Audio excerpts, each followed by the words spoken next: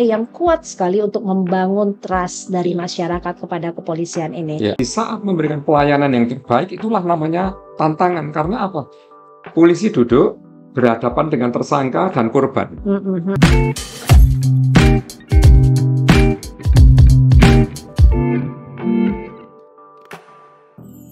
Halo Dusana, kali ini kita ketemu lagi. Tetapi dengan tamu khusus kita. Siapa beliau? Beliau Kapolda Sumatera Barat, Irjen Polisi Suharyono SIK SH. Assalamualaikum Pak Kapolda. Assalamualaikum warahmatullahi wabarakatuh. Selamat sore. Sore Pak, gimana kabar Bapak sekarang? Ini selalu sehat, segar setiap hari ya? Alhamdulillah, baik-baik saja, sehat. Sehat ya Pak ya, Alhamdulillah. Ini bersengaja nih ngundang Bapak ke sini. Pertama, memang kita tahu sebentar lagi ulang tahun Kepolisian Republik Indonesia. Ya. Yang ke-77 ya Pak ya. Ke-77 itu usia yang luar biasa itu ya, yang panjang, tua, dan pasti banyak perbaikan-perbaikan yang sudah dilakukan. Terus ini menjadi momen buat kita ngobrol gimana layanan publik setelah 77 tahun Kepolisian Republik Indonesia. Khususnya nanti di Sumatera Barat juga Pak. Ya. Kepemimpinan Bapak yang sudah hampir 6 bulan juga ya, nggak terasa. 8 bulan. Oh, sudah 8 bulan, Masya Allah. Tidak terasa memang, waktu itu berjalan cepat. Nah, ini perbaikan apa yang sudah dilakukan tentu kita menjadi obrolan kita di saat ini gitu. Nah, tapi sebelumnya saya minta ini Pak Kapolda cerita sedikit. Siapa ini Pak Kapolda kita ini? Beliau lahir di mana? Terus mungkin juga sedikit tentang pendidikan ya, boleh ya Pak ya?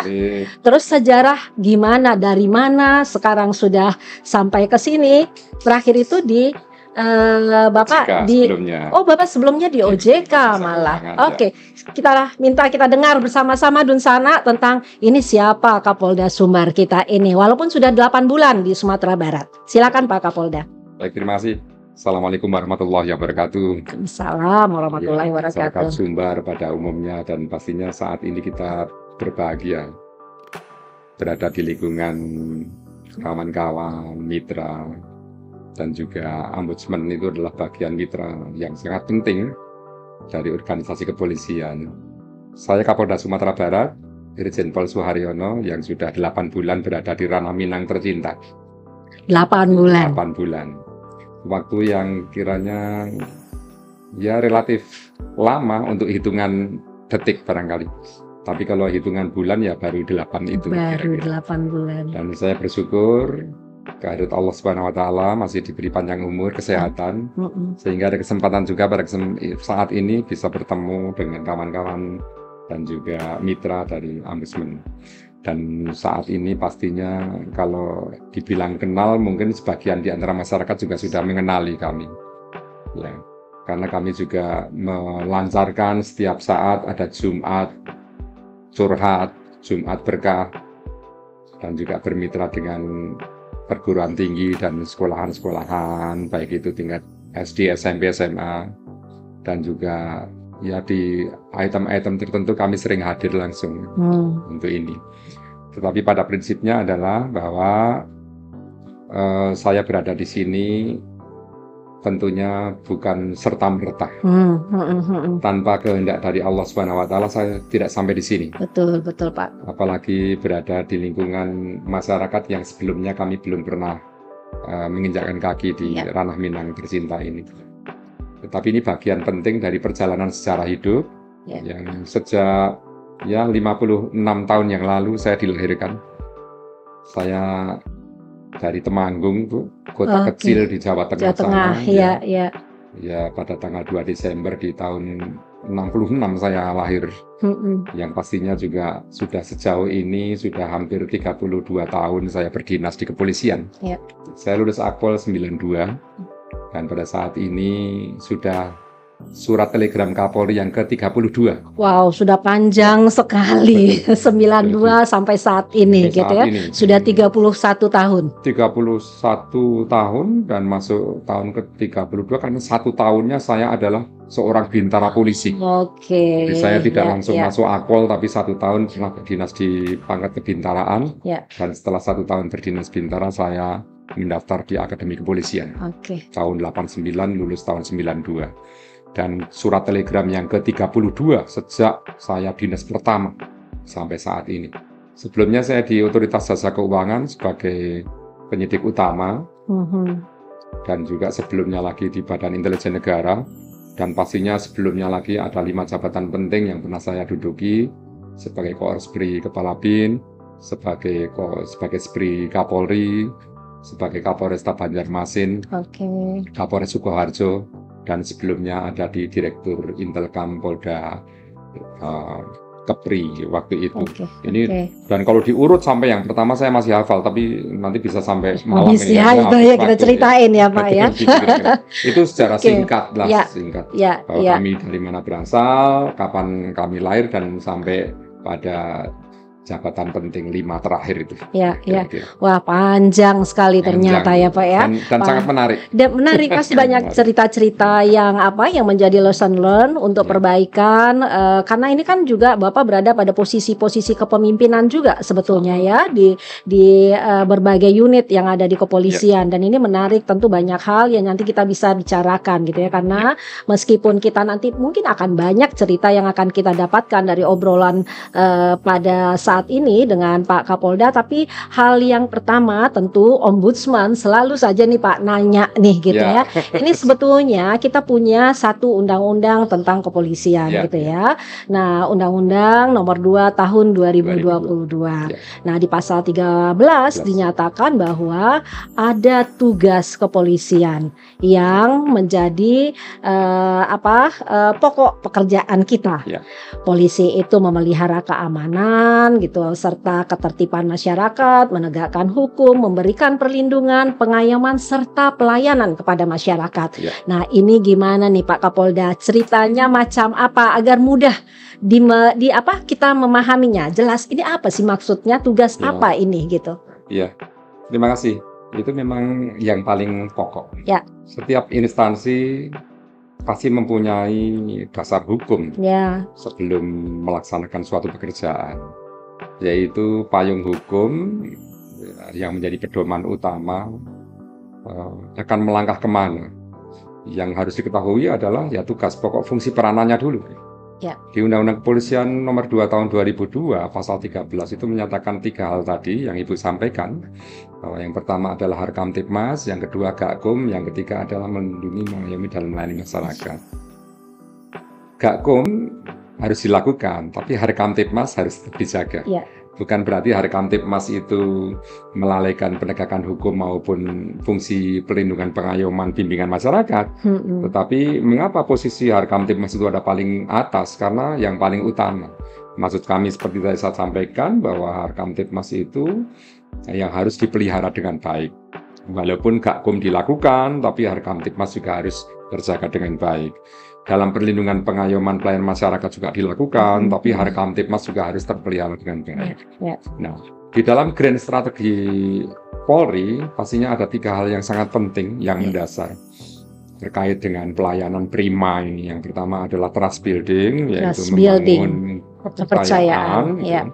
Bagaimana masyarakat yang kita layani itu percaya dulu pada polisi, dan polisi juga sebaliknya percaya juga kepada masyarakat.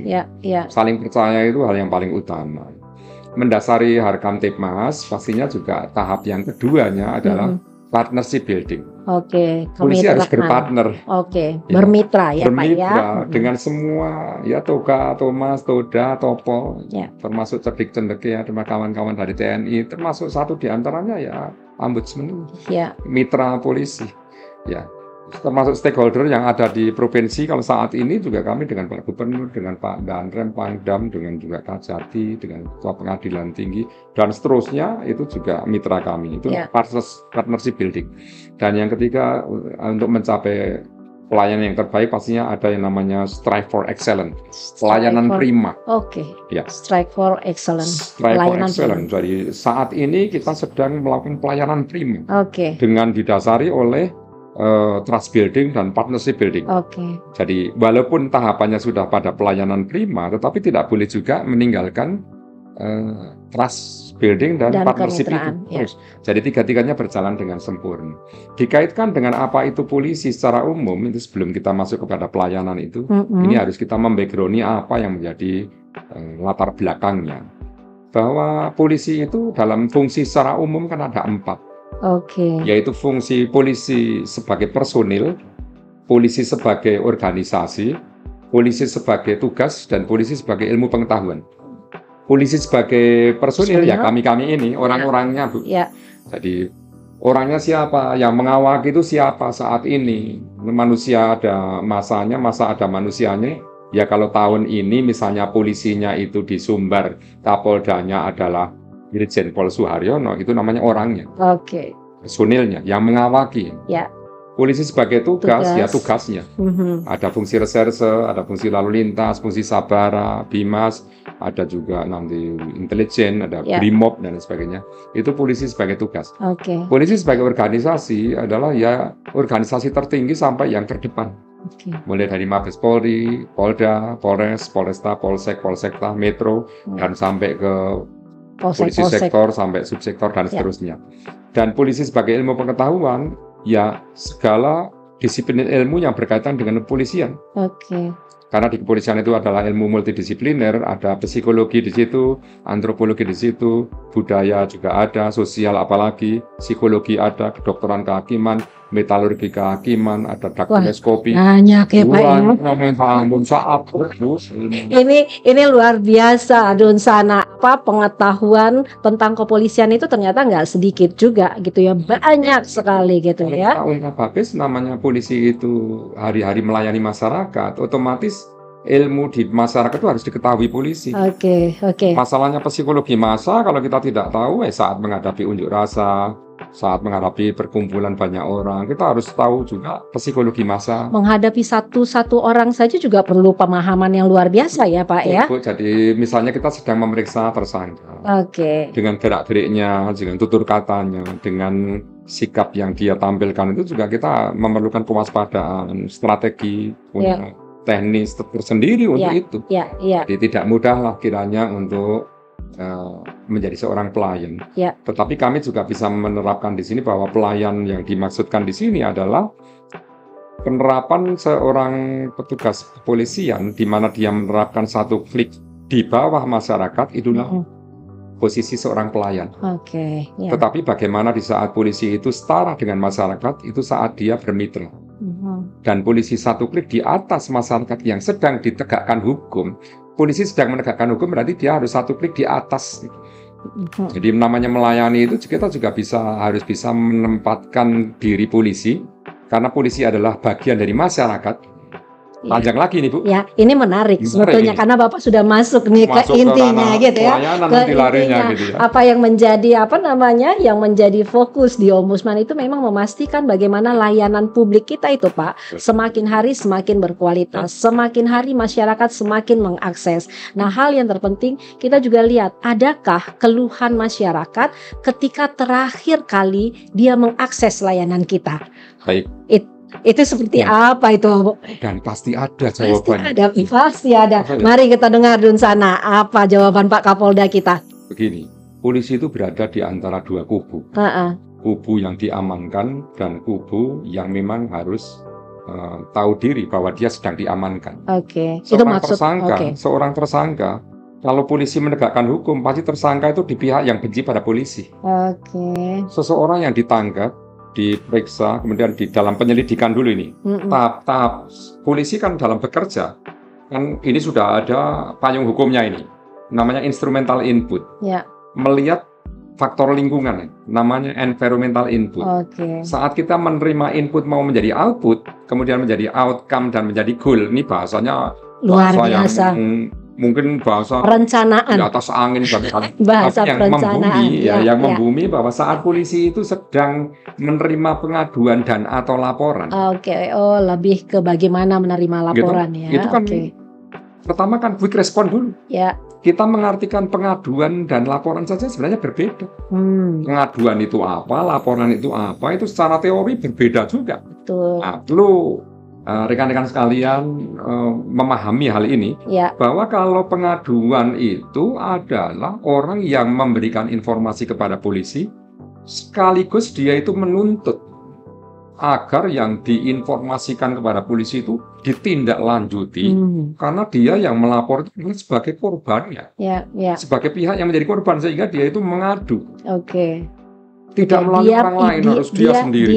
Dia korban langsung. Korban langsung. Oke, itu pengaduan kita sebut. Pengadu. Disertai tuntutan, itu yang penting, kalimat itu. Oke. Ini harus diproses, Pak. Oke. Tapi kalau laporan ya belum tentu dari orang yang dirugikan. Bisa aja orang masyarakat umum melapor.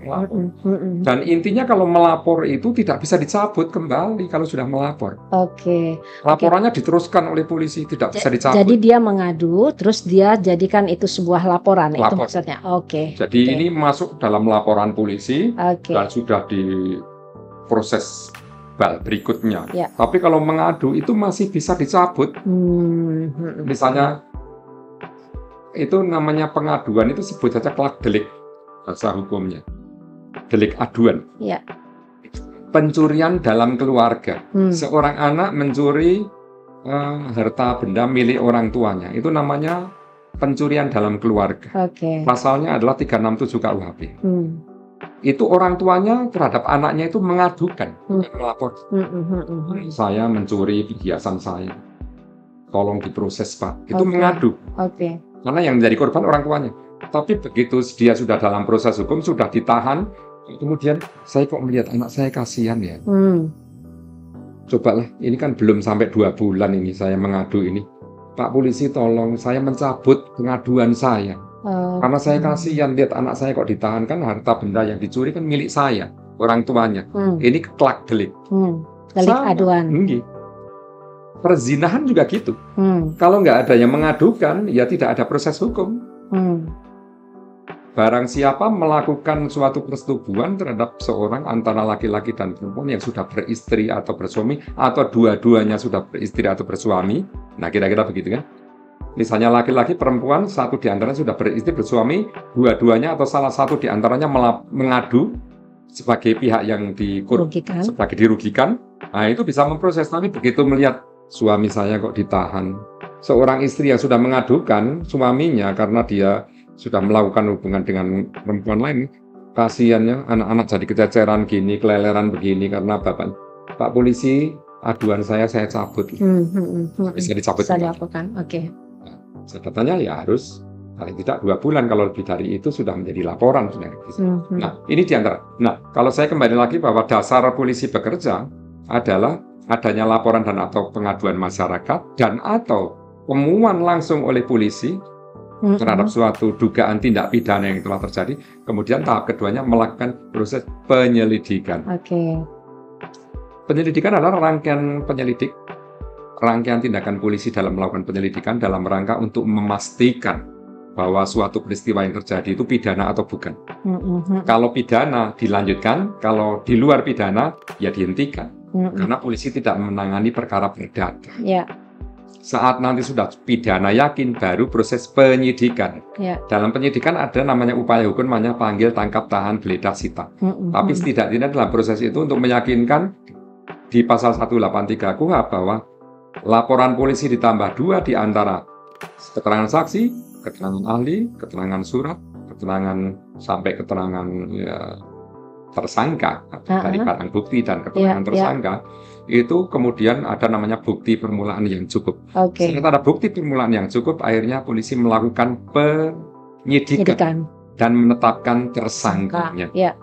Karena penyidikan adalah suatu rangkaian kegiatan yang dilakukan oleh penyidik dalam rangka mencari bukti-bukti, sehingga dengan bukti-bukti itu untuk menentukan siapa tersangkanya. Di antaranya adalah untuk membuat terangnya suatu tindak pidana dan menetapkan tersangkanya. Setelah tersangka, Bu, nah ini nanti monggo silakan Ibu. Iya, kayaknya saya ada sesuatu ini, Pak. Nah. Jadi yang sering datang ke ombudsman mengadukan itu antara lidik ke sidik, mereka mempertanyakan berapa lama sih waktunya sebetulnya. Karena di layanan kita kan punya standar waktu ini ya, Pak ya. Bahkan tadi pagi ada pelapor dari pesisir selatan yang kebetulan minta saya untuk menemui gitu ya. Saya dengar ternyata dia bilang laporan ini sudah sejak Februari sampai sekarang belum juga ada kejelasan. Jadi kapan sih waktu ini yang sering terjadi? Jadi di ombudsman disampaikan sebagai laporan. Itu berapa lama, Pak? Untuk memberikan pemahaman yang akurat dengan masyarakat, selaku Kapolda saya atas nama penegak hukum di kepolisian menyatakan unpredictable. Bisa saja masalah besar, bisa saja kasus yang kecil lambat. Tergantung kapan dia melaporkan atau mengadukan, di mana dia melaporkan atau mengadukan, di mana posisi korban, di mana barang bukti, bagaimana kesaksian dari korban untuk memberikan kronologis kejadiannya. Kasus besar bisa kasus kecil bisa lama. Kasus besar bisa silent dan bisa tidak gaduh atau tenang, ayam, tentrem kalau kasusnya besar. Tapi kasus sepele bisa aja menjadi membooming, kemudian viral kemana-mana, perkaranya kecil. Jadi kita kalau menetapkan misalnya 10 hari mampu, belum tentu. Sehingga kita menyimpulkan di sini bahwa cepat atau lambatnya suatu peristiwa yang diduga pidana oleh kepolisian sebagai penyidik utama itu belum tentu secepat apa yang masyarakat pikirkan. Kalau misalnya pengadu atau pelapor, saya keinginannya cepat, tapi sebelum kami meyakinkan ini pidana atau bukan pidana, itu perlu waktu. Namanya penyelidikan. Ternyata begitu. Ternyata ini kaitannya utang piutang. Ini ternyata sewa menyewa. Ini ternyata kontrak mengontrak. Ini ternyata antara hubungan prestasi yang ingkar janji atau utang piutang yang larinya adalah ranah perdata, sehingga polisi menghentikan untuk tidak melanjutkan di tahapan penyidikan. Karena kalau tidak teliti di dalam proses setelah menerima laporan dan atau pengaduan kemudian menetapkan secepatnya itu proses pidana ternyata bukan pidana, nanti polisi juga pasti akan menghentikan karena bukan pidana. Jadi syarat di dalam KUHP ada 4 saat polisi itu menghentikan dalam tahap lidik maupun sidik. Yang pertama ada surat pemberitahuan penghentian penyelidikan, atau saat setelah sidik yaitu SP3 dengan catatan 4 hal. Yang pertama adalah tidak cukup bukti, yang kedua bukan tindak pidana, yang ketiga demi hukum. Demi hukum ada 3 yaitu kadaluarsa, nebis and idem, dan juga tersangkanya meninggal dunia. Itu kira-kira. Jadi masyarakat kadang-kadang betul Pak. Lapornya Januari kok Maret belum rampung-rampung. Sehingga nanti kewajiban polisi ada namanya SP2HP. Memberitahukan perkembangannya. Mungkin itu ya Pak ya yang perlu kita pertegas pada petugas bahwa SP2HP itu penting untuk selalu kita keluarkan untuk setiap tahapan yang kita lakukan. Gitu ya Pak ya? Jadi keinginan kami sebenarnya menangani perkara itu lebih cepat, lebih bagus. Tapi kalau lebih cepatnya itu tidak melalui prosedur atau tidak profesional, nanti ruginya oleh yang dialami semua pihak. Baik itu pihak korban, pihak mungkin keluarga tersangka termasuk di dalamnya. Karena menetapkan tersangka itu pun nanti akan mempengaruhi hak orang. Nanti kalau keliru kita menetapkan tersangka, polisi kena pra-peradilan. Nanti kita menangani perkara yang bukan. Kawan kepolisian ketika pemeriksaan laporan kah atau apa, mereka selalu bilang gitu, kami takut di pra-peradilan. Ya kan, sementara kita juga harus berhadapan dengan menghadirkan layanan publik yang cukup baik kepada masyarakat. Nah, itu gimana? Kita kembali lagi Pak, gimana nih kita harus menghadirkan layanan publik kepada masyarakat itu? Saya akan menyampaikan secara singkat apa tuh pra-peradilan itu. Nah, pra-peradilan itu kan bagian yang memang sudah tertera di dalam KUHP. Itu sebagai alat kontrol. Alat kontrol bagi masyarakat dalam hal ini juga hukum. Kalau masyarakat ya pasti ada pengacara, ada ombudsman juga. Alat kontrol itu ada Kompolnas, ada Komisi 3 DPR RI kalau polisi dengan Komisi 3. Ada juga yang program dari kepolisian secara internal juga. Bahwa kami dalam menegakkan hukum maupun dalam pelayanan secara umum, apakah itu tingkatannya preemptif, preventif maupun gakum, itu selalu monitor terus seperti apa kinerja misalnya Polda Sumbar ini dalam kegiatan preemptif atau pelayanan yang sangat mendasar mencegah terjadinya gangguan Kamtibmas yang namanya menangani potensi gangguan, sampai ke atas lagi adalah preventif, yaitu menangani yang ranahnya adalah ambang gangguan. Kalau tadi potensi gangguan, kemudian ke ambang gangguan atau gangguan nyata. Gangguan nyata yang biasa dilakukan oleh kawan-kawan reskrim misalnya seperti dalam penegakan hukum. Nah, di dalam penegakan hukum itu ada catatan penting. Yang pertama itu memastikan dulu bahwa perkara yang ditangani itu karena pidana. Yang kedua, jangan sampai salah langkah seperti menetapkan tersangka, karena pra-peradilan adalah hak yang dimiliki oleh pengadilan negeri untuk memutus tentang sah atau tidaknya dalam hal upaya paksa, menangkap, melakukan penangkapan, penahanan, kemudian menetapkan tersangka itu juga termasuk di dalamnya, atau menghentikan penyidikan, atau juga rehabilitasi juga itu sebagai bagian, mungkin ada kerugian dan lain sebagainya itu juga bagian-bagian dari pra-peradilan. Yang tiga itu yang terpenting, sah atau tidaknya menetapkan tersangka sehingga dia ditahan atau ditangkap, kemudian ditahan, kemudian dihentikan penyidikannya. Yang tiga itu yang terpenting. Kalau yang keempat, kalau rehabilitasi dan juga kerugian sebagai akibat dari upaya hukum itu juga bagian dari tuntutan. Ini juga menjadi bagian penting kenapa polisi harus profesional itu. Sehingga kembali lagi kepada lama dan sebentarnya itu menurut kami ya mohon tidak menjadi ukuran yang prinsip. Karena kalau polisi itu menangani lebih cepat lebih bagus, itu agar tidak ada kesempatan bagi pihak-pihak tertentu yang berkepentingan itu masuk ke ranah penyidikan, kita baru memproses melakukan upaya hukum, pihak tertentu sudah mengharapkan kecepatan untuk penuntasannya. Betul Pak. Bagaimana kan masyarakat kayak begitu ya Pak ya? Yang terjadi, Ibu. Apalagi sekarang nih dengan banyaknya berbagai kasus. Saya ingat sekali cerita kita dengan Pak Kapolda beberapa hari yang lalu. Sekarang kasus kekerasan semakin meningkat, kekerasan terhadap anak, kekerasan seksual gitu ya, yang menginginkan ini cepat kasusnya selesai gitu ya. Banyak juga kasus-kasus TPPO yang Bapak ceritakan pada saat itu dan sekarang kan percepatan penyelesaiannya juga luar biasa gitu ya. Dan tindakan-tindakan pidana yang lainnya yang membuat orang, saya mau akses keadilan lebih cepat, saya mau kepastian lebih cepat, karena layanan kan memang mengharapkan kepastian. Nah, itu memang suasana yang ada karena buat masyarakat yang berhadapan dengan ombudsman, layanan publik itu memberikan kepastian katanya Pak. Nah, itu gimana tuh Pak? Tapi kita ini aja, gimana sih sebetulnya Pak prinsip layanan di kepolisian itu gitu? Prinsip layanan kepolisian itu pertama adalah quick response. Berarti jadi quick response. Ada pengaduan, ada laporan, polisi harus cepat merespon. Minimal membuat suatu laporan polisi dari sesuatu yang diadukan atau dilaporkan dan sesegera mungkin ditindaklanjuti. Atau follow up-nya dari laporan dan laporan. Ini yang penting quick response itu. Jangan pernah tidak dilayani. Jam berapapun, dimanapun tempatnya, walaupun bukan locus delicti tetap diterima di situ. Jangan kemudian ini locus delictinya bukan di sini, TKP-nya kan di wilayah sana, diarahkan ke sana. Nanti dari sana perbatasannya mana, nanti diarahkan ke sini. Masyarakat nanti akan menjadi merasa tidak dilayani. Dimanapun yang pertama dia melapor atau mengadu, bikin saja laporan itu. Kan bisa aja nanti diarahkan setelah ini laporan jadi kan bisa diarahkan. Seperti itu. Yang pertama. Yang kedua adalah kan tadi kan sifatnya berarti responsif. Yang kedua quick response atau responsif yang begitu respon yang cepat itu. Yang kedua itu pelayanan yang efektif, efisien dan murah. Efektif, efisien, murah. Serta mudah.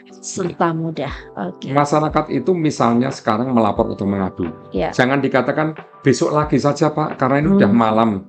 Ini kan dini hari, kenapa harus melapor hari ini? Besok sajalah. Itu kan dia kan bisa aja terus bermalam di mana, terus mau kembali dulu ke rumah biaya berapa, nanti besok balik lagi jam berapa. Nah saat itu juga jangan menunda-nunda. Ini kan untuk meningkatkan pelayanan kan harus pertama harus bagaimana yang dilayani itu harus merasa puas. Betul Pak. Walaupun kepuasan itu mungkin tidak bisa membahagiakan semua pihak. putusan itu tidak mungkin memuaskan semua pihak juga.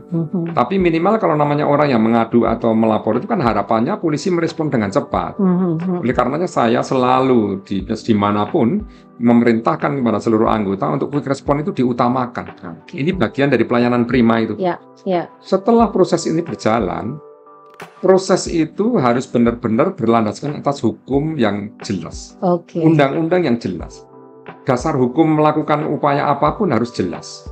Apalagi dalam proses lidik-sidik itu, pasal berapa yang dipersangkakan, misalnya begitu, kemudian unsur-unsur yang dipersangkakan, sampai kapan dia harus memanggil saksi, kapan harus mengamankan barang buktinya, dan bagaimana harus koordinasi dengan jaksa karena SPDP sudah dikirim. Komunikasi intens dengan jaksa itu pun akan mempercepat nanti proses P21. Jangan terlalu banyak P19. Ya, P19 ya. Walaupun P19 kan hanya satu kali ya. Setelahnya kan koordinasi. Tidak boleh P19 itu lebih dari sekali. Itu keputusan dari Mahkamah Agung. Dan setidak-tidaknya nanti proses ini akan berjalan dengan profesional. Ini kalau konsep pelayanan masyarakat. Ini dari sisi hukum. Karena pelayanan masyarakat kan banyak. Betul. Ada juga yang misalnya di lalu lintas kan bisa jadi pelayanannya kan bagaimana kecepatan mendapatkan SIM dengan profesional, mendapatkan pelayanan untuk kendaraan, ya kan? Atau mungkin identifikasi yang mana lagi, perpanjangan surat dan lain sebagainya itu. Ada lagi intelijen bagaimana SKCK. Ini pelayanan. Kalau tadi yang saya ucapkan dan kita bahas kan rata-rata kan gakum saja, Bu.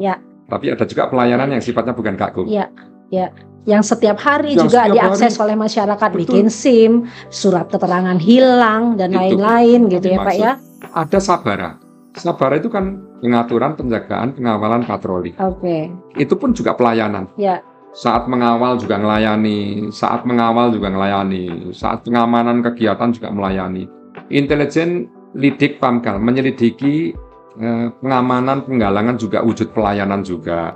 Nanti dari reserse itu penyelidikan, penyidikan, pemberkasan sampai penyerahan berkas itu bagian dari pelayanan juga. Nanti dari kalau lalu lintas kan ada kaptur lalin, mengatur di jalan, Dikmas lantas memberikan pemberian pendidikan pada masalah engineering lalu lintas, bagaimana nanti pemasangan rambu-rambu, bagaimana dilarang ini, dilarang itu, dan keharusan konsinyes sampai kepada registrasi identifikasi tadi itu, pelayanan untuk kendaraan itu. Ini berarti begitu banyak wujud dari pelayanan masyarakat. Artinya layanan publik di kepolisian itu banyak produknya, ya Pak ya, saking banyaknya. Harus prima. Nah, itu harus prima. Jadi tadi Bapak sampaikan bahwa prinsipnya itu quick response. Efektif, efisien, rendah biaya, murah biaya.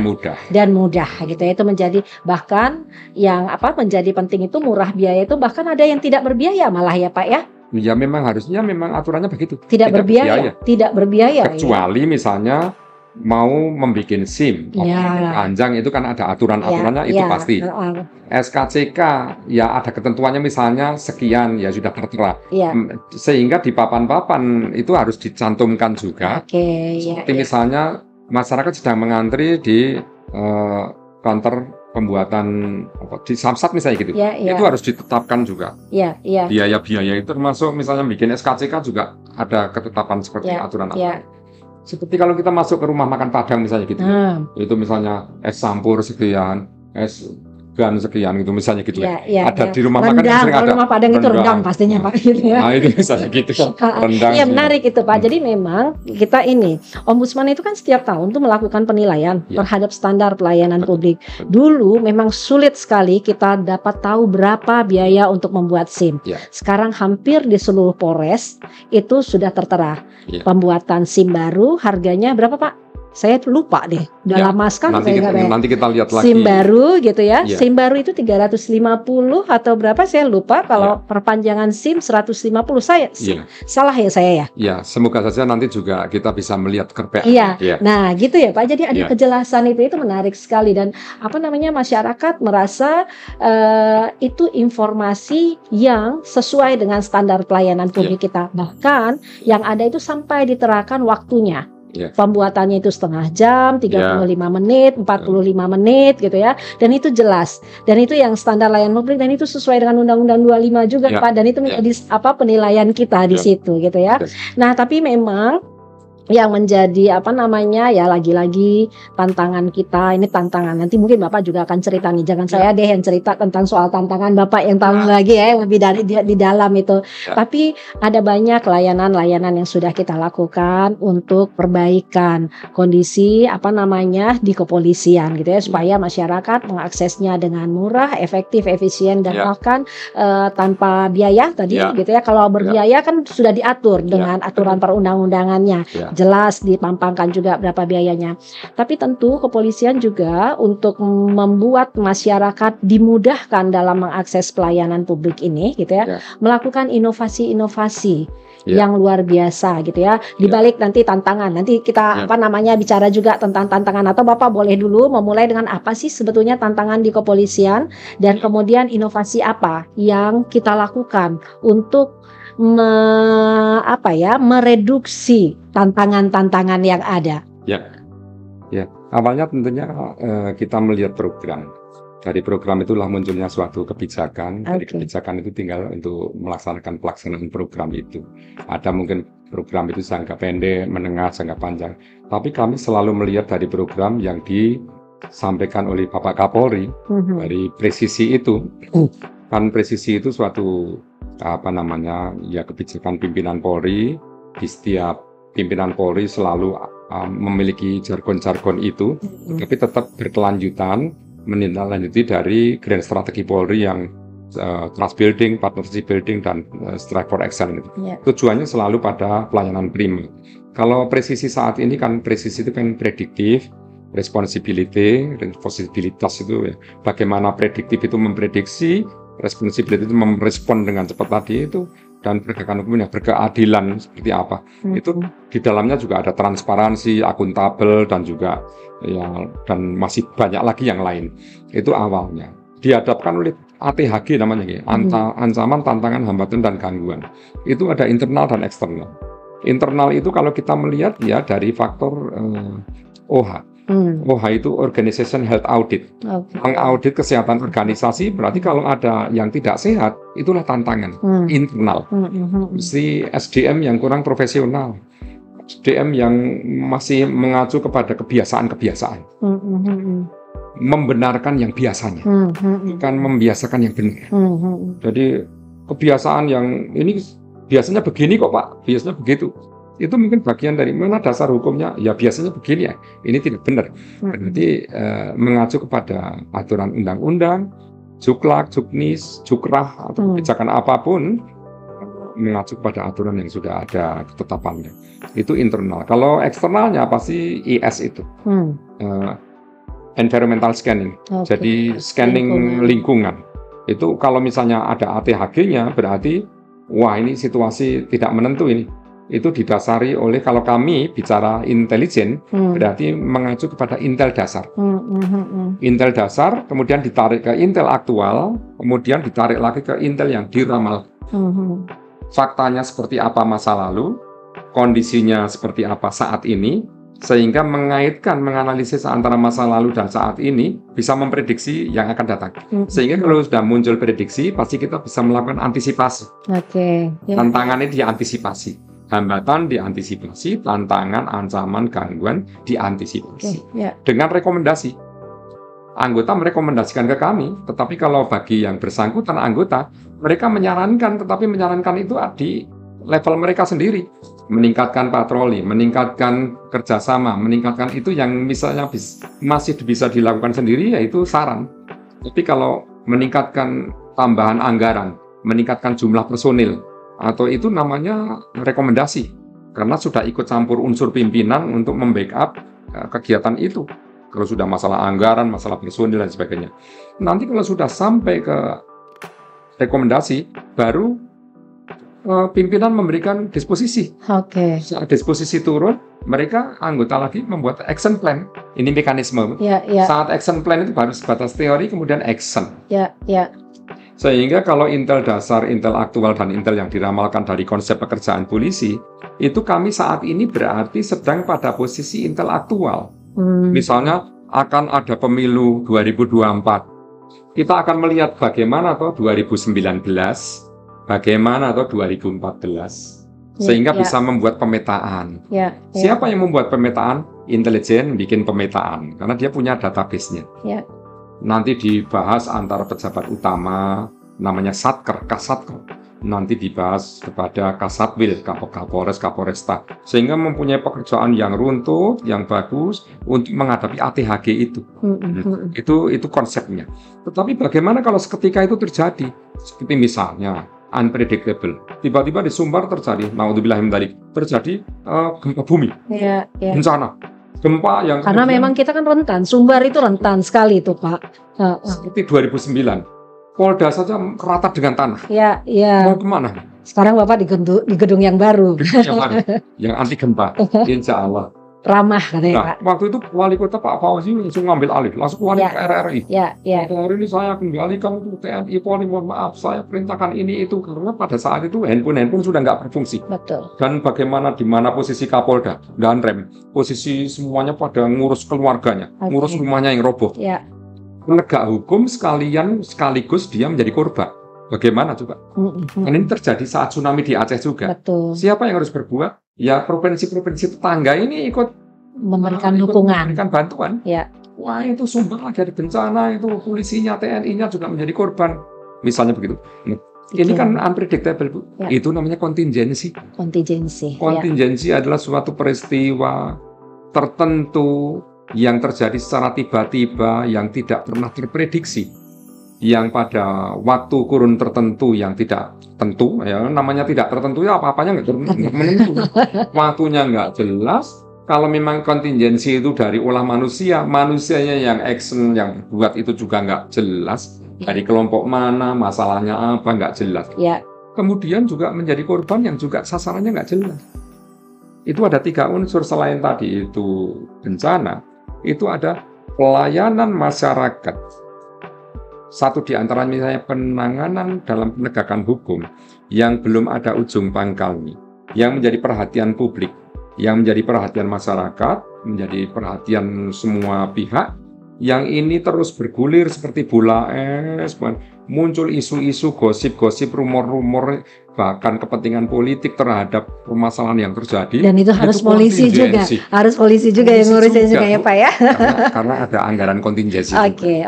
Jadi artinya ada banyak lagi nih. Jadi ada tugas pokok yang tadi kita sampaikan di awal-awal, tapi juga ada banyak tugas-tugas turunannya. Yang itu membuat kepolisian itu harus memberikan atensi yang luar biasa agar masyarakat mendapatkan perlindungan. Itu menjadi bagian penting. Tapi menarik tadi itu sebetulnya masyarakat kan sebetulnya dengan kondisi itu memberikan kepercayaan yang besar kepada kepolisian. Tadi beberapa kali Bapak sampaikan bahwa ini persoalan kita adalah trust building gitu ya. Dan kita menghadapi sebetulnya gitu ya, kalau kita lihat itu, kami lihat secara umum kita menghadapi upaya yang kuat sekali untuk membangun trust dari masyarakat kepada kepolisian ini. Nah, ini gimana? Dan ini kan tentu hubungannya dengan akses masyarakat terhadap layanan publik, Pak, gitu ya. Nah, itu gimana Pak Kapolda bisa menggambarkan soal kepercayaan masyarakat yang naik turun dengan berbagai tantangan gitu ya. Dan bagaimana ini layanan publik kita itu tetap berjalan untuk bisa diakses oleh masyarakat secara berkualitas. Tentunya yang pertama kami menyampaikan terima kasih kepada masyarakat yang masih percaya kepada polisi. Polisi sebagai institusi besar, yang organisasi besar yang sudah 77 tahun ini di nanti 1 Juli 2023 ini, pastinya sangat berharap agar kebersamaan polisi dengan segenap unsur masyarakat itu masih tetap solid loh. Iya Pak. Kalau memang terjadi suatu peristiwa, itu bukan organisasinya sebenarnya. Organisasi itu hanya menjadi kena imbas saja, kena ekses saja. Dari suatu perbuatan oknum-oknum tertentu. Kasuistik, jangan dianggap bahwa seseorang yang berbuat karena dia itu polisi, kemudian organisasinya yang kena. Kami mohonkan jangan. Walaupun ini terjadi, namanya misalnya kasus Mestik X, kemudian menjatuhkan citra Polri. Sementara polisi saat vaksinasi maupun saat pelaksanaan upaya dalam menghadapi pandemi COVID itu sudah all out itu dalam membackup semua kementerian lembaga, ya di dalamnya ya Polri itu sendiri, untuk meningkatkan vaksinasi pada masanya di 2020, 2021, masa-masa yang kritis dan cukup berat Tetapi kita semua bisa secara terintegrasi, secara kebersamaan itu bisa melakukan hal itu untuk akhirnya sekarang situasi menjadi kondusif saat ini. Sehingga kepercayaan masyarakat pada polisi prosentasenya tinggi. Karena memang dari kinerja hampir seluruh anggota Polri. Tapi begitu dihadapkan oleh salah satu oknum, kemudian perbuatan yang tidak terpuji, viral, kemudian sampai disaksikan oleh segenap penjuru masyarakat, kemudian akhirnya menilai institusi polisi itu jelek, ya kami mohon jangan dicampur adukan antara organisasi besar yang polisi yang jumlahnya 460 ribuan ini, kemudian disandingkan dengan pekerjaan satu orang yang tidak terpuji, turun lagi. Nanti ada restoratif justice dari kebijakan Kapolri naik lagi. Nanti begitu ada kasus Kanjuruhan turun lagi. Kasus Kanjuruhan pun ya kasuistik, bisa dijadikan ya unpredictable. Nggak pernah ada seseorang yang berniat untuk membunuh manusia 123 orang. Siapa yang kalau genocide misalnya langsung ada penembakan membabi buta, korbannya sekian mungkin. Tapi ini kan ya mungkin prosedur yang mungkin SOP yang kurang pas. Tapi ini kan kasuistik juga. Nanti begitu kasus lagi yang menimpa Mr. X lagi, inilah yang disebut Ibu tadi naik turun itu. Tantangan kan jadinya, Pak. Sehingga jadi tantangan. Nah saat ini Kapolri sangat gencar untuk kewilayahan, terutama termasuk kami yang di Polda, Polda ke Polres, untuk melaksanakan 8 program dan 28 kegiatan quick wins. Quick win itu kecepatan bagaimana mendapatkan kemenangan, memperoleh kembali kepercayaan masyarakat kepada polisi dengan action apapun yang positif dan diviralkan. Dengan viral itu pun masyarakat juga menanggapi bahwa polisi Sumbar telah melaksanakan Jumat curhat. Kami sudah curhat kepada polisi. Ada langsung gitu ya, dan langsung ditindaklanjuti. Dan langsung ditanggapi, ditindaklanjuti, dicek tindak lanjut. Nah itu kira-kira. Artinya gini ya Pak ya, polisi sebagai personil, polisi sebagai tugas, polisi sebagai organisasi dan pengetahuan, sebetulnya sulit juga untuk dipisahkan ya. Jadi polisi sebagai tugas dia harus punya pengetahuan, dia harus mengemban tugas menjaga wibawa organisasi, ya kan? Jadi dia kan jadi satu kesatuan sebetulnya ya. Dan berat memang kita juga di Ombudsman kayak gitu ya. Kita itu nggak bisa dipisahkan juga dari tugas dan wewenang kita. Jadi melekat itu semua gitu ya. Jadi ini tantangan yang luar biasa sebetulnya. Jadi setiap kepolisian untuk menghadirkan layanan publik yang baik itu ternyata dirinya yang harus hadir. Begitu ya kira-kira. Jadi sebenarnya kan kalau Trisakti Nawacita adalah program dari pemerintah pusat, dari presiden, ditindaklanjuti oleh Polri misalnya sebut saja presisi. Ini kan di dalamnya satu saja kalimat dari Nawacita itu adalah kehadiran negara di tengah-tengah masyarakat. Atas nama negara kan polisi juga atas nama negara. Itu harus hadir langsung di tengah masyarakat. Nah di saat memberikan pelayanan yang terbaik itulah namanya tantangan. Karena apa? Polisi duduk berhadapan dengan tersangka dan korban. Pasti dari pihak korban, polisi itu musuh saya ini. Atau mungkin dari pihak tersangkanya. Dari pihak tersangka pasti kami akan ditangkap, ditahan, karena dia tersangkanya.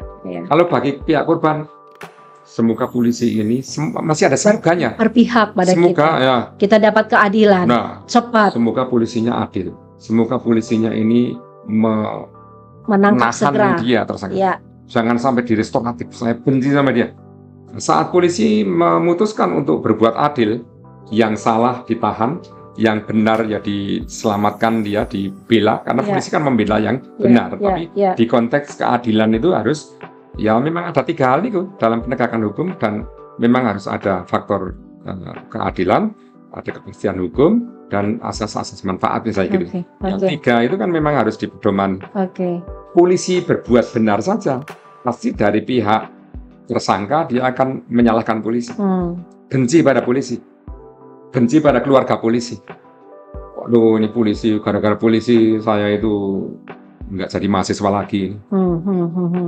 Gitu. Karena harus ditahan. Saya harus ditahan. Harus di drop out ini gara-gara saya kena pidana ini. Saya mau mencari SKCK boro-boro. Ya dapat SKCK tapi catatannya kan tahanan karena kejahatan seksual misalnya gitu. Misalnya katanya yang saat ini sedang kami tangani juga.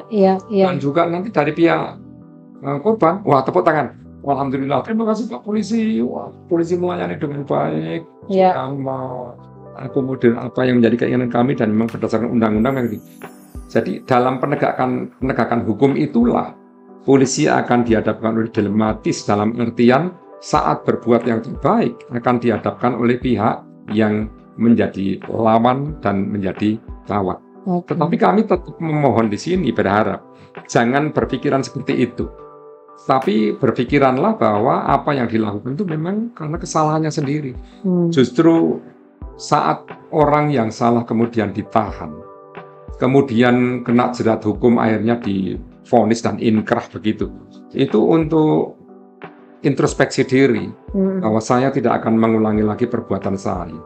Karena kalau tidak diproses begitu, pelaku narkoba akan terus narkoba terus kalau tidak dilakukan penegakan hukum oleh polisi. Berarti dia harusnya berbalik, harusnya terima kasih pada polisi. Pak Polisi, dengan saya ditangkap dan ditahan ini, saya jadi insaf. Ternyata selama ini kelakuan saya ini salah. Berarti bukan lawan, Bu.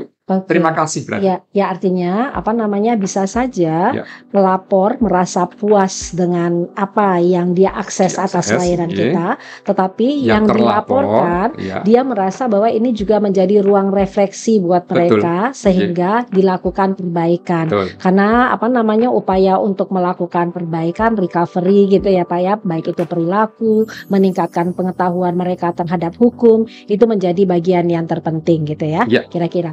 Nah, ini ini obrolan kita cukup panjang gitu ya, panjang sekali, sudah ada tanda kat gitu ya, masih banyak gitu ya. Bapak bicara tadi tentang restorasi justice, kita belum masuk kepada hal yang menarik tentang bagaimana penerapan standar pelayanan publik di kepolisian gitu ya. Tetapi ini 8 bulan Bapak di sini gitu ya, kira-kira Bapak melihat tantangan layanan publik kita itu apa di kepolisian Sumatera Barat sehingga masyarakat dengan yang tadi itu ketika dia mengakses layanan publik kita, keluhannya itu menjadi keluhan yang betul-betul kita jawab bahwa kita sudah lakukan sebetulnya gitu. Apa tantangan kita?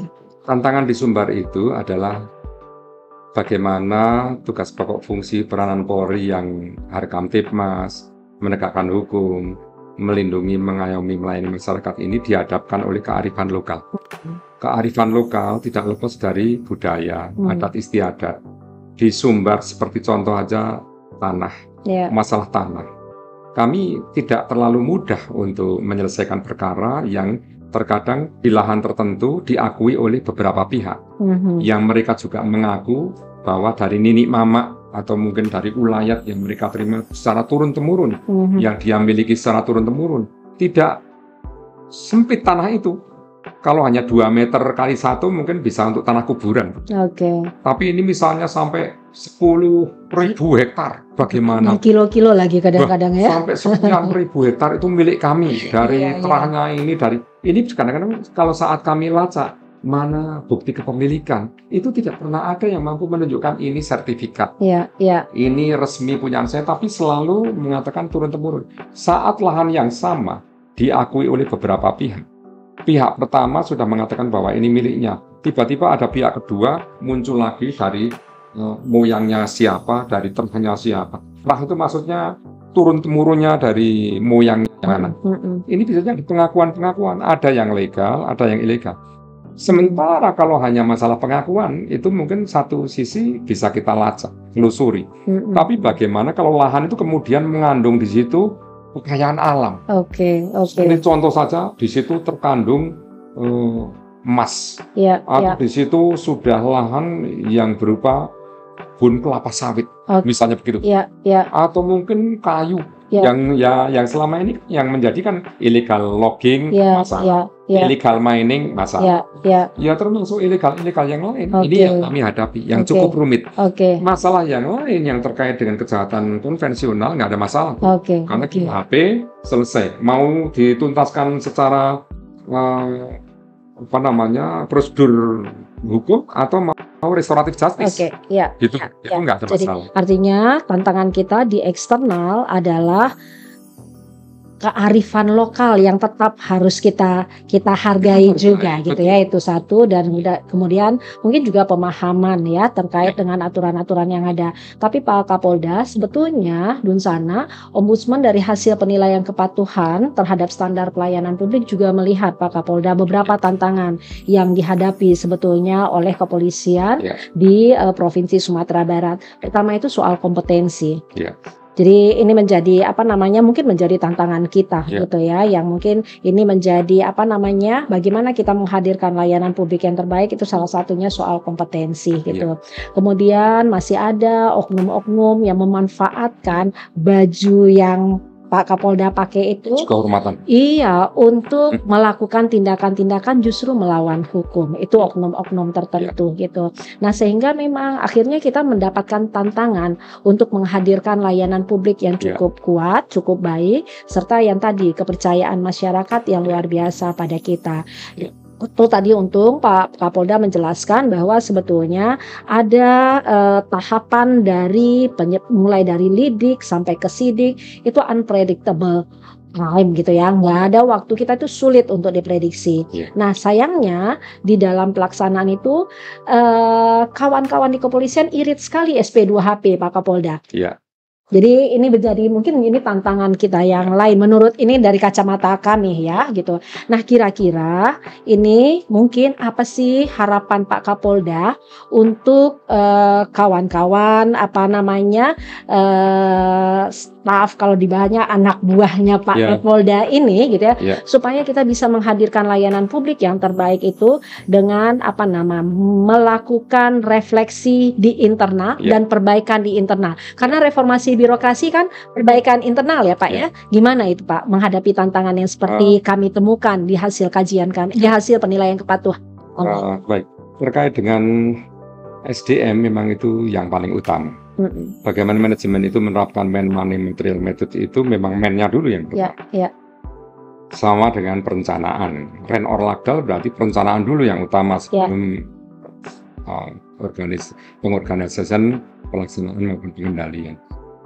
Terkait dengan SDM ini kan kaitannya kan cukup panjang, mulai dari rekrutmen, langsung pendidikan dan latihan, sampai nanti penempatan, penggunaan, sampai jenjang karir, sampai pengakhiran, itu juga prosesnya begitu panjang. Di dalamnya ada pendidikan pengembangan untuk bagaimana dikjur, kejuruan, itu tujuannya juga untuk profesionalisme. Seperti saya Kapolda mengumpulkan anggota saat apel, saat arahan, saat jam komandan, jam pimpinan, itu juga tidak henti-hentinya memberikan pemahaman, intinya bukan hanya sekedar cerdas maupun sehat, tapi justru moral itu yang menjadi penekanan utama. Karena apa artinya pinter, apa artinya sehat kalau moralnya tidak bagus. Jadi moral itu menjadi hal yang paling utama. Itu penekanan kami ke seluruh anggota. Apalagi mayoritas kalau kita sebut saja masyarakat Sumbar itu 98,7% itu Muslim, anggota juga hampir 100% Muslim. Walaupun non-Muslim atau Muslim itu bukan masalah. Maksudnya tetap saja harus bertumbuh kepada keyakinan dan ajaran agama yang dianutnya. Itu yang pertama kali. Nah, begitu meningkat ke berikutnya, kita melihat masalah oknum. Dimanapun organisasi, oknum selalu ditemukan. Sehingga kenapa ada inspektorat, kenapa dibentuk propam, itu tujuannya kalau ada oknum berhadapan dengan propam.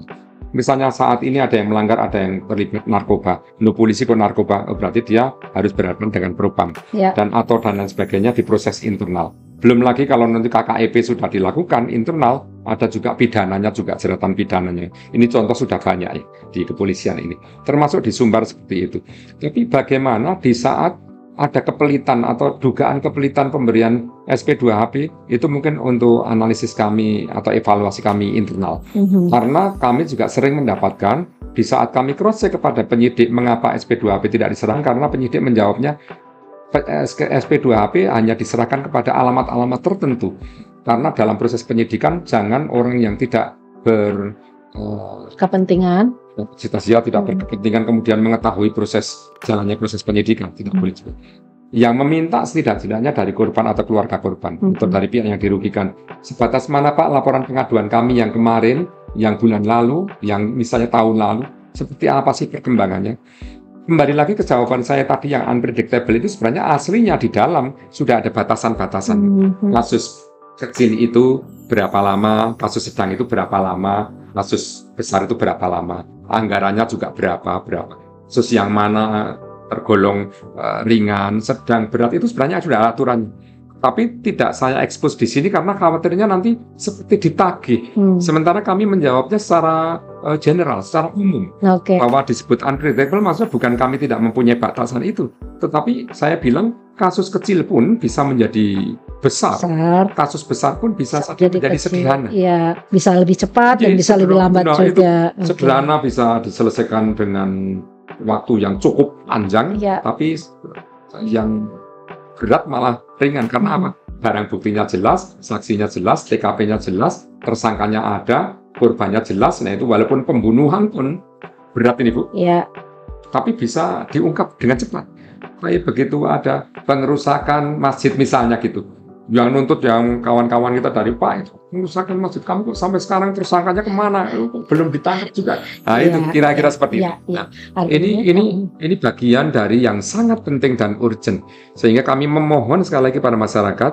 Yang pertama saya apresiasi kepada masyarakat yang masih percaya dan terus meningkatkan kepercayaan kepada polisi, bahwa polisi dimanapun tetap kerja dengan profesional. Kalau hal-hal yang ditemukan kurang profesional dari polisi, laporkan kepada kami. Nah, kira-kira gitu.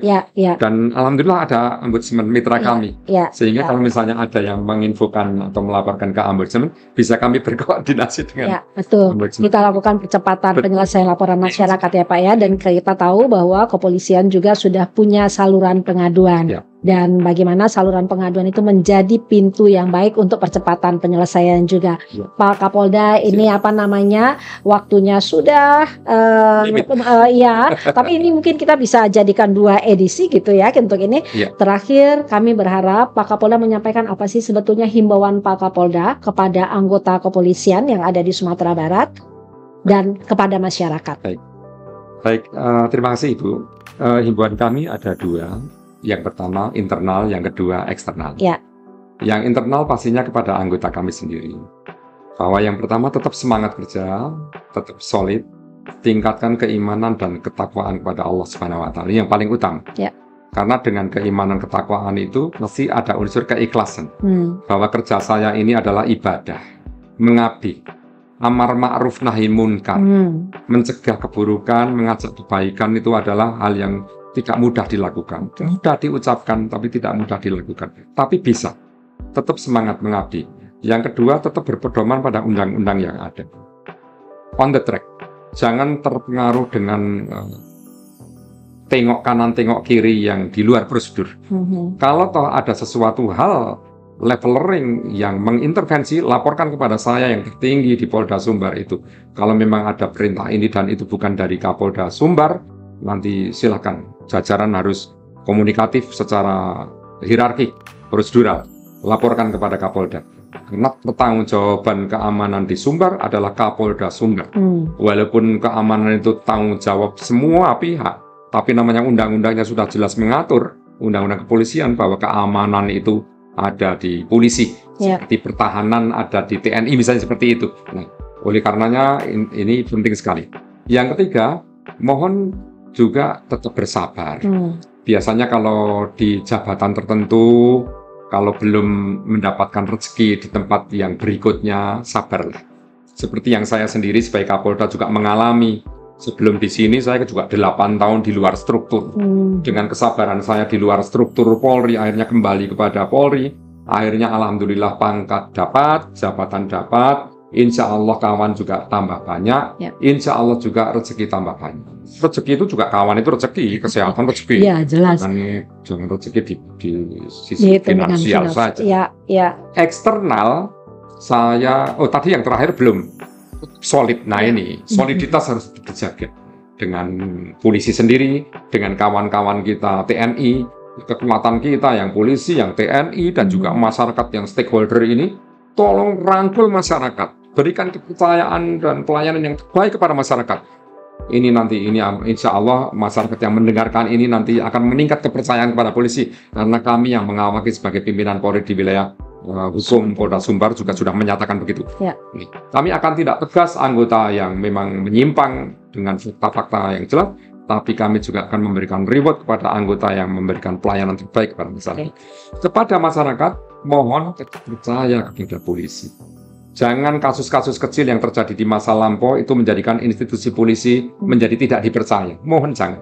Karena kasuistik, karena dilakukan oleh oknum, jangan menjadikan organisasi polisi yang besar. Karena kami adalah milik masyarakat. Ya. Masyarakat juga kami lindungi karena kami yakin bahwa kami digaji dari masyarakat.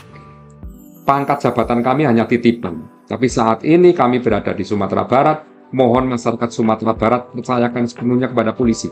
Sehingga kalau ada sesuatu hal, sampaikan dan laporkan kepada polisi. Nanti kalau belum jelas, tanyakan lagi. Kalau masalahnya belum tuntas, tanyakan lagi. Silakan saja, sesuai prosedur yang benar. Yang kedua, mohon tetap melaksanakan pemeliharaan keamanan ketertiban masyarakat dari individu masing-masing. Karena keamanan ini milik kita bersama, otomatis dari individu, dari keluarga, dari masyarakat, tolong keamanan ini dijaga. Ya. Jangan sampai muncul permasalahan itu karena kelalaian sendiri. Berkendaraan juga harus hati-hati, lengkapi surat-surat itu, kendaraannya juga. Jangan juga ceroboh di jalan raya, itu akan celaka sendiri. Jangan juga kompor-kompor di rumah tidak dimatikan, gas itu. Atau AC yang tidak dimatikan, kipas angin yang tidak dimatikan. Ya. Atau kunci pintu, ya, jendela, tutuplah itu, rapikan. Semuanya itu adalah, yang tahu persis adalah masyarakat. Ya, ya. Oleh karenanya kebersamaan antara masyarakat dengan polisi itu interaksi yang tidak bisa dilepaskan. Ya, kira-kira seperti itu. Panjang, banyak ya. Hampir 1,5 jam kita bersama Pak Kapolda sore hari ini, Dunsana. Banyak hal yang kita dapatkan. Pak Kapolda, mudah-mudahan ini memang dia tidak akan kita simpulkan, tapi kita tahu bahwa ada upaya kepolisian untuk selalu melakukan pelayanan yang terbaik bagi masyarakat. Itu ada upayanya, tapi Pak Kapolda juga tadi seperti kami sampaikan tidak menampik juga. Pasti ada juga oknum-oknum yang bersikap, yang berperilaku tidak sesuai dengan tugas, tidak sesuai apa yang diberikan kewenangan oleh organisasi, dan juga pengetahuan yang sudah ditingkatkan dari waktu ke waktu oleh organisasi itu sendiri, artinya organisasi kepolisian, dan Kapolda membuka diri. Silahkan adukan. Kami juga tahu bahwa sebetulnya ada saluran pengaduan di kepolisian. Dan dengan tegas Pak Kapolda juga menyampaikan bahwa jangan ragu-ragu juga, sampaikan ke Ombudsman jika itu harus dilaporkan kepada Ombudsman. Kita akan menyelesaikannya untuk lagi-lagi bagaimana perbaikan pelayanan publik ini bisa kita lakukan dari waktu ke waktu. Pak Kapolda, makasih banyak. Sudah lama panjang di sini gitu ya, tapi pasti kita akan melanjutkan obrolan kita. Ada episode berikutnya, belum pemilu, belum restorasi justice, ada banyak lagi tadi isu-isu yang sedang grace pada saat ini, bagaimana penanganannya. Mungkin nanti kami akan ngobrol panjang lagi dengan Pak Kapolda, merencanakan bagaimana Ombudsman selalu memberikan informasi terkait kepolisian sehingga masyarakat lagi-lagi mendapatkan akses pelayanan yang prima di kepolisian. Terima kasih sekali lagi Pak Kapolda. Dunsana, terima kasih banyak sudah mau mendengarkan cerita yang panjang, obrolan yang luar biasa ini. Mudah-mudahan layanan publik kita dari waktu ke waktu di kepolisian, khususnya Sumatera Barat, semakin baik. Amin. Terima kasih. Terima kasih. Assalamualaikum warahmatullahi wabarakatuh.